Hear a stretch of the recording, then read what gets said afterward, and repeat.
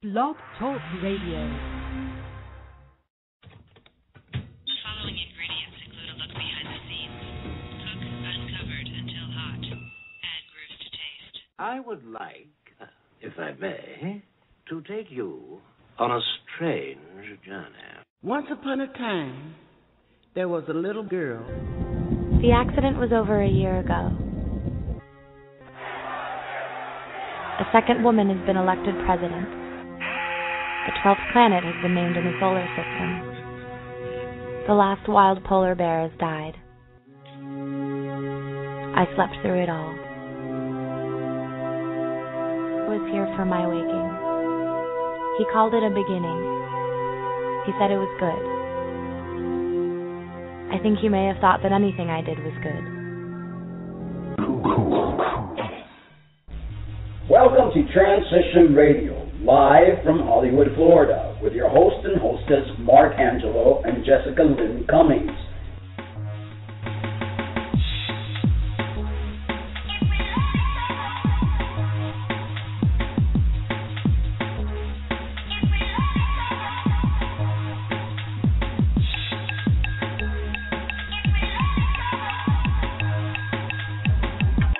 For trans folks, by trans folks, here to let your voice be heard.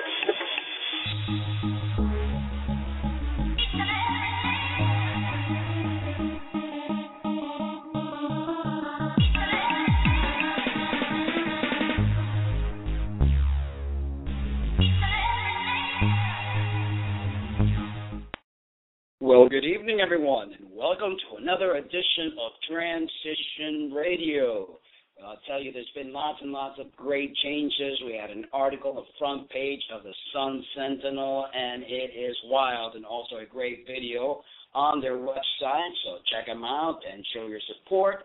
Tonight we have a very special guest, a survivor, someone who will touch your heart with his story, and you will come out of it the stronger. But before we bring him in, we want to thank our sponsor, TheBreastWorkStore.com. They have everything you need for your cross-dressing and transgender needs. Visit their website and tell them Transition Radio sent you. Cyliah is a firstborn, blind, transgendered, two-spirit soul. Though it would take several years for him to gain an understanding and self-acceptance of this, the unforeseen diagnosis of blindness can be quite shocking to any new parent, all alone and uncertain as to what my folks should do or what his folks should do. He went against all other advice and chose to raise his child like any other, bravely deciding not to shelter him from the world, realizing that from their prospect of living life to the fullest would be a challenge for their child. In early childhood, he gained an interest in music, started singing and playing the piano at age 4. Mom insisted on us kids growing up in the Baptist church. At around age 5 is when the mystery of self began to unfold. Although I was in a girl's body, I didn't feel quite like the other girls. I felt more like a boy. I figured I was a different kind of boy, but nonetheless a boy. If I felt like a boy inside, then that probably meant I would grow like a boy. Those feelings feared and excited me all at the same time. I had no way to communicate these feelings, and only hoped in time my hidden truths would be revealed. When puberty began and progressed, the feelings of self-togetherness and confidence slowly drifted away. I knew then I was a girl in and out, but why do I feel different? In high school, he began studying Kung Fu Sansu, a Chinese martial art that is based on the yin and yang philosophy of Taoism. As I progressed in the art, I learned how to listen to my body, to become more in tune, learning how the body and mind communicates with one another. I left the traditional college setting and attended massage therapy school, not having a clear objective as to where I could see myself working in the field. I had to start somewhere, make a move, take a chance, stop fearing the unknown, and see where the road takes me. Self-acceptance is a beautiful thing. I'm free to be me and live my truth. I'm happier than I've ever been. I'm no one special, just an average Joe who has challenges of his own. I'm aspiring to become a successful sports massage therapist, family and I have a closer bond with one another than ever before. Now, welcome to our show, the incredibly inspiring and a great friend of ours, Cyliah Chavez. Hey, guys. Hey, Cece, what do you want to say? that was a long while, by the way. Yeah, I really tried to keep it short. I appreciate what you did there. I'm like, okay. We don't even bring him on the show. We know all about him. Okay, thank you very much. Goodbye.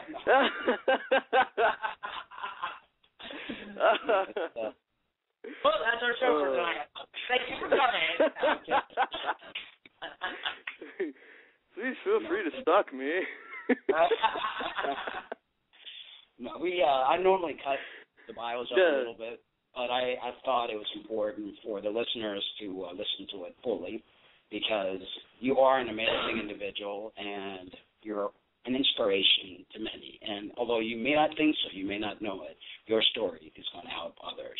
Absolutely. And by the way, not to put any pressure on you, but this interview tonight is going to be featured on Him Magazine, which is a magazine I write for, an LGBT magazine. And your story will be featured there. So they'll. Oh, wow. So, oh, wow, yeah. okay. No pressure. Don't worry. Well, it's a trio, so I don't feel so alone here. There you go. Well, I'll tell you, I give you a lot of credit, Cece. I mean, not only do you have to battle with everything and the everyday stuff that we do as transgender individuals, you being trans yourself, but also having a handicap, which you have overcome and don't even see that as such. And I think that's incredibly amazing that you have to be one of the strongest people I have ever met. Oh, thank you. I just, I really have to thank my parents for that. That was really, I'm sure it was not easy for them. They were young. My mother was 19 when she had me. My father was 27. It was their first kid together. And it was just like, oh, what do we do? So they kind of had to think on their feet, if you will. Nobody there's no written manual for this stuff. I know, exactly. Well, that brings me to my first question for you, actually. And you started to answer and touch on that. So let me ask you the question here.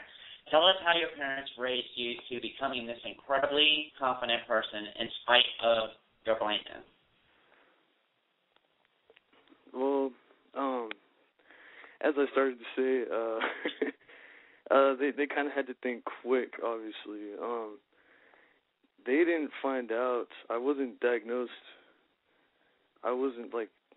They didn't find out I was blind until I was about 3 or 4 months old. My father sensed something was up, because I guess, he picked up on the fact that, when I was a baby, they would talk to me, they wouldn't look at me, and he would tell my mother, like, hey, Gloria, there's something wrong here. There's something wrong with Cyliah. We got to get this checked. What's going on? And so when they found out, obviously it was pretty shocking. And then, but on top of being diagnosed with blindness, I was diagnosed with a rare nerve condition that causes the optic nerve to not grow properly. So it's basically an underdeveloped nerve. And apparently, kids that are born with this condition tend to have other accompanying ailments. So when they were testing me for everything under the sun, I was coming out negative. No mental delays, no physical, absolutely nothing. Okay, what's going on here? This kid's just blind. This kid should be having other health issues. So when they tried to seek out help from the regional center, which they're an organization that helps out children with special needs, they basically told my parents after testing me at 3 years old, basically saying, hey, we don't see how you could benefit your child. Your child is pretty much like high functioning. that's all that's wrong with them. They can't see, but I mean, that's it. That's it. There's nothing else wrong with them, so there's really nothing we can do. It's incredibly difficult, for parents to see their child with that one particular disability, but then have the gender issue as well. How did they deal with your self-expression, and how are they dealing with it now? Back then, my parents, my mother, she didn't really know what to make of it, because I guess my story is similar to yours, Mark. I would switch from, masculine to feminine. I would switch from these energies. It just came naturally to me. Obviously, it didn't make sense to me then, but my mother saw that, but she couldn't make it out. But she was definitely aware of it. I can't tell you how many times she would let me know, oh, hey, girls don't do this, sit like a lady, And it was just like, every time somebody would tell me that, it would just be like, well, what did I do wrong? What did I do wrong? But, my father, he didn't really pay much attention. Nowadays, my mother's definitely, now that she understands, she knows what's up. She's just happy. She knows what to get me now. She knows that whatever she gets me, I'm gonna wear. I'm not just gonna give it away to any of my female friends. Most people don't understand that, but it's like growing up and getting these really little dresses, and you're like, okay.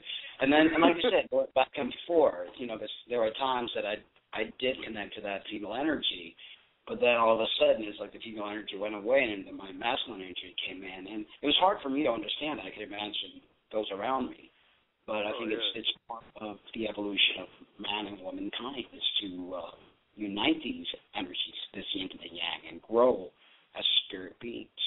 Right, exactly. Now we go into a tough stage of life, because I know all throughout puberty is a very difficult time for us transgender individuals. Can you share your experience with us about what puberty was like for you? Well,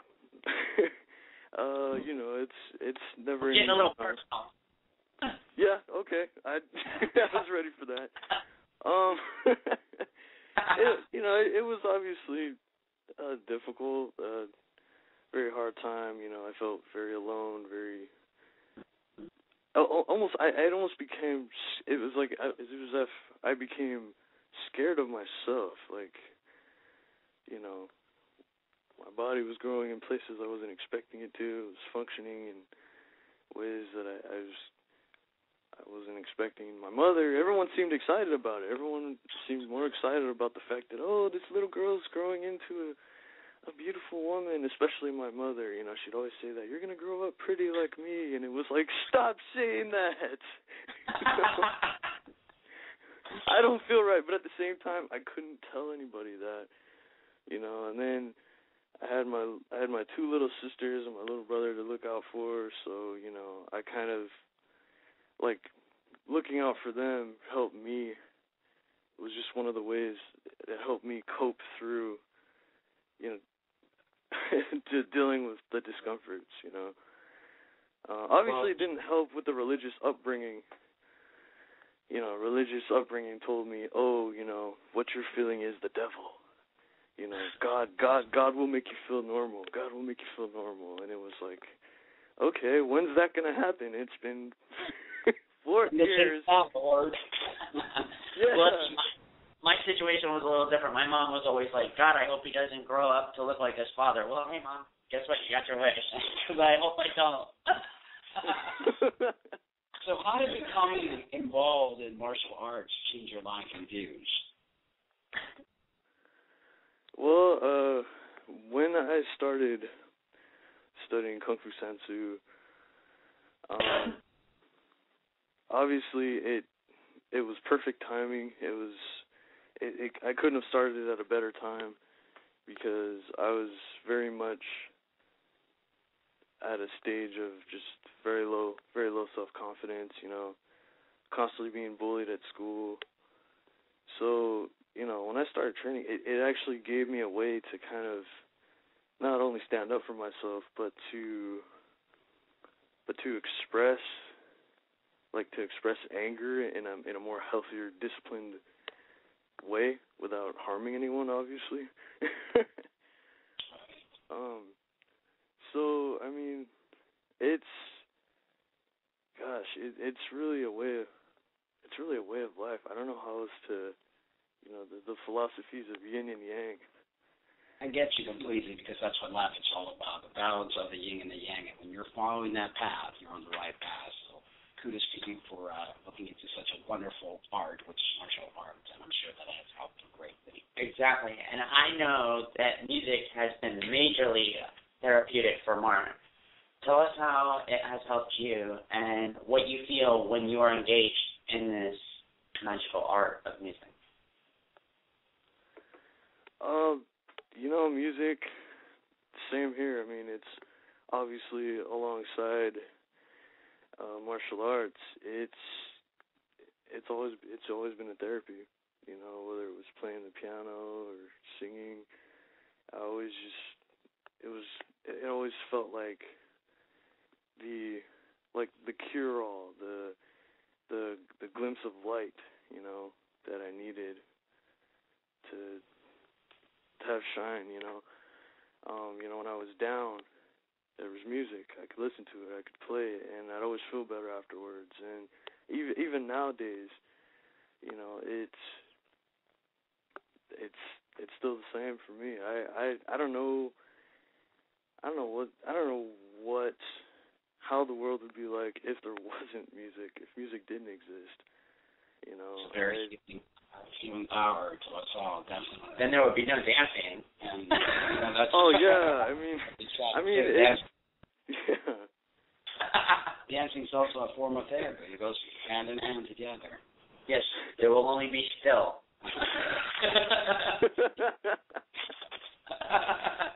Well, on a more serious note, you know, I know it's difficult living in a world that judges people for being different, and being a non-seen person and transgender must be incredibly challenging for you. How do you cope, CC? What advice do you have for others? You know, it's easier to cope now than it was before. Now that I've gained an understanding of myself, you know, it's easier to put up with, I hate to say this, it's easier to put up with ignorant people. You know, it all makes, like, everything just makes sense now. You know, before, you know, people saw what they want to saw. They saw a blind lesbian, you know, and it was like, for a while that label stuck, even though I clearly didn't identify as that. I knew I didn't like girls. But now it's like, okay, you know, I know who I am. You know, you can try and box me. You can try and put a stamp on me. It's not going to work. I know who I am. And that's very interesting, because you do not like women, which is what makes this whole thing very puzzling for a lot of people. You're trans, you identify as trans, and you're attracted to men, which that's just a puzzle and another show on its own. You know, unfortunately, we have 30 minutes to try to cover all these questions, and we have a public announcement to make. But that's a show that definitely I would love to get a bunch of trans individuals, probably on the TV shows, and talk about that. But there's a question from our chat, and we're going to ask a question. It's from TG for Life, Jessica. For Jessica. TG Life for Jessica. The question is, if there was one thing you took from your martial art, what was there anything from martial art that you took from martial arts that actually helped your transition? Wow, that's a really good question. One thing, let's see.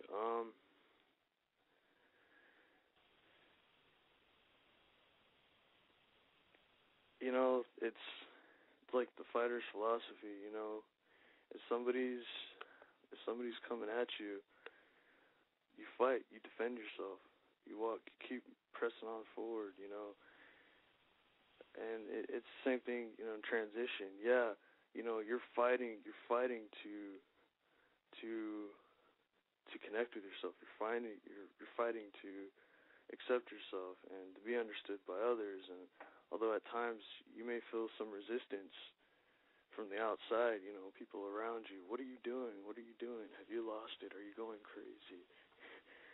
You know, those are just like the metaphoric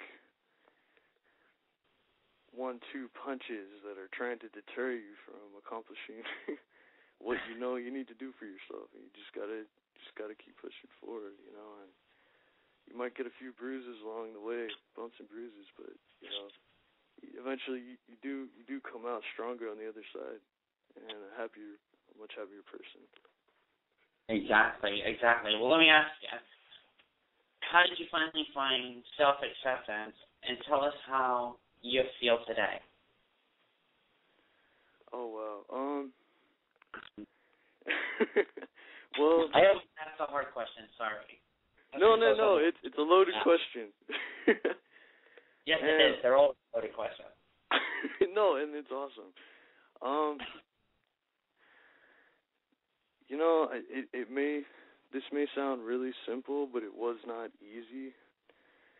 And I'd have to say it was after I forgave myself of all the shame and all the hate that I had felt in the past, you know, about myself, all the fear that I had, you know, as soon as I began to understand that, hey, I'm not alone. This is my normal, whether people want to define it as normal or not, this is normal, you know, and it's okay. It's okay. You know, others may not understand, but, you know, I have to be a little more patient. I have to be a bit more patient to kind of help them understand, you know. And that's what we are their teacher. And, you know, that self-forgiveness is the key. And once you forgive yourself, then it's like something's lifted. That was an awesome explanation, because I can totally relate to that. Thank you. Because, you know, we spend our lives, we do these things, and we feel, we did something wrong, we did something dirty, we did something, and, you know, we keep making excuses as to why we don't continue to move forward with our lives to make us happy, and it's all because of that. And that was a great explanation. Yeah, forgiving yourself. Yeah, I don't know about you guys, but at least for me personally, I found it's always been easier for me to give others for the wrongs that they've done to me than it was to actually forgive myself, because, you know, for the first time, you know, when I started this journey, I had to stare myself in the face and be honest with myself, you know. Absolutely. Well, you're a massage therapist, and I have no doubt that you are superb. Do you find it difficult finding work out there because you're a non-seen individual, and how do people perceive you, and how are they receptive to you? You know, I think in some instances it cuts both ways. I think me being blind intrigues people. I think if I was just sighted and, you know, obviously I look trans, I think if I was just sighted, people would be less likely to shy away from it. Shy away from me, but I think because I'm blind, in a sense, it gravitates them, it makes them less self-conscious, if you will. Oh, that's tricky. So it's almost like they,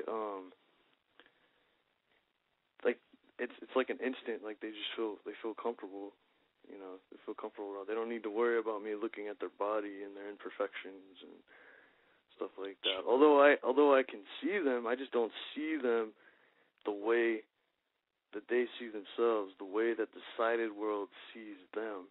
And I think that's what really helps people.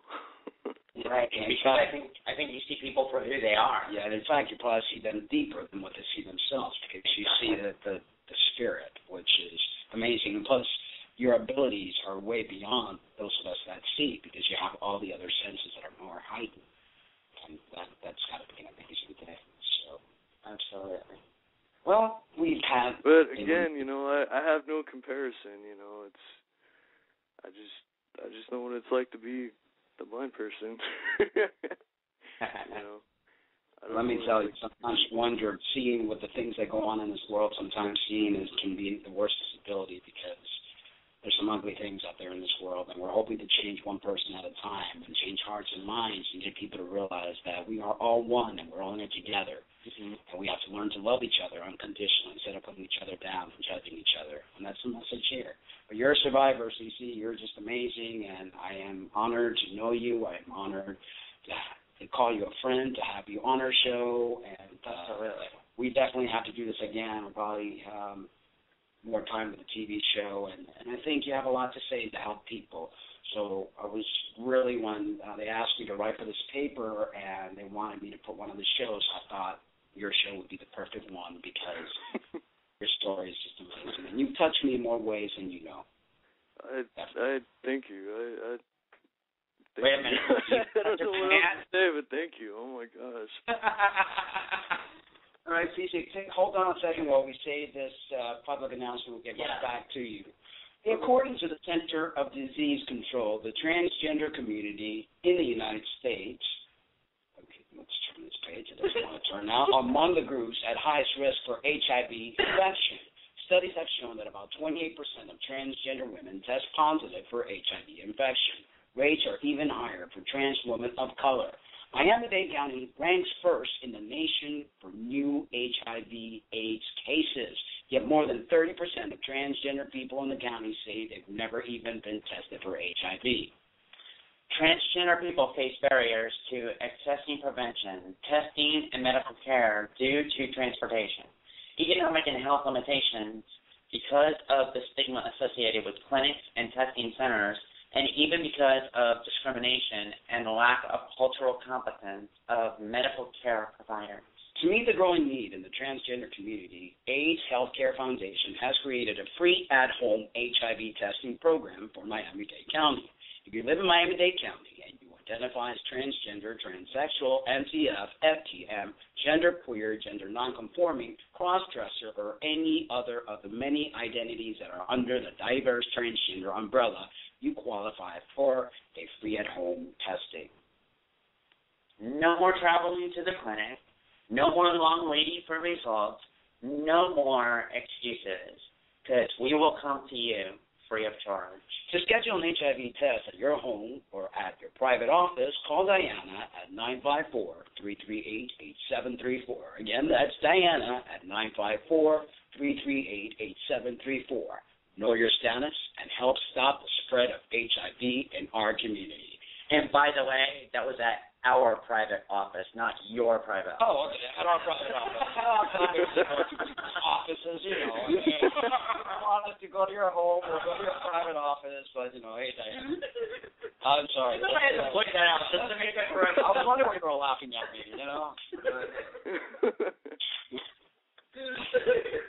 You are hilarious.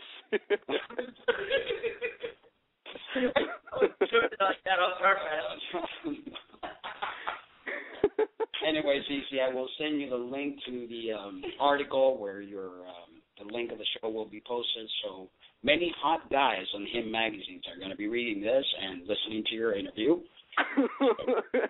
Never know. Is there any contact information you want to give out? Do you have a web page or anything like that? I don't want you writing for this magazine anymore. I don't have a web page at the moment. I don't have a website. Okay. If anyone just wants to reach out, at the moment, you can find me on Facebook. It's real easy. I don't have a profile picture at the moment. I'm working on that. You got to change that. Real quickly to interrupt. TG Life for Jess wanted to thank you as well for coming on the show. She enjoyed it. Oh, thank you. Oh, my gosh. Awesome. Okay, that makes me feel better. She already got an admirer in the chat room. You guys rock. I'm sure you guys hear this all the time, but, this is a great thing that you're doing, and Mark, I'm glad I met you when I did, man. You know, I wasn't even sure if I should just, you know, when I met you, I wasn't even sure if I should just come out of the closet or go back in there for good, because, you know, some doubts were really just clouding my mind, and some of the people that I was coming across weren't helping, you know, and it's just like, hey, I meet this guy, and it's like, oh, okay, positive person, yes, happy. You know, I can be me. He's accepted me. He's not one of those people that says, oh, you're not on hormones, so I don't want to talk to you. You're not trans enough. There is no such thing as being trans enough, man. It's a feeling. And hormones and surgeries are simply ways to help us express ourselves, you know, but they're not everything. Well, my friend, thank you once again, and thank you. Stay in touch, and again, I will send you the link when the article's up, and you know, keep spreading the love, keep spreading that encouragement, and be yourself, because you're a wonderful person, and again, we're glad to know you. Absolutely. And thank you for being on the show. And not only that, I'm sure you are a huge inspiration to a lot of other people. Definitely. So we pass it on. That's what it is. that's what it's all about. All right, guys, thank you so much for tuning in yet for another show. Don't forget to watch Sunday. It won't be a live show because we pre-recorded Catherine Mathis and Michael Silverman, the attorney in charge of the case of Coy Mathis, a 6-year-old who was denied the use of the bathroom in her school in Colorado. That's going to be an interesting interview to watch. Yeah, please stay tuned on Easter at 4 p.m. Not live because it was pre-recorded, but you will enjoy the show. Absolutely. I want to say happy Easter early. Yes, happy Easter to everyone, and thank you for your support and for being there for us. We love you. But remember to always love yourselves, too. Good night, everybody. Good night, Cece. Love you. Good night, man. You too. You too, Jess.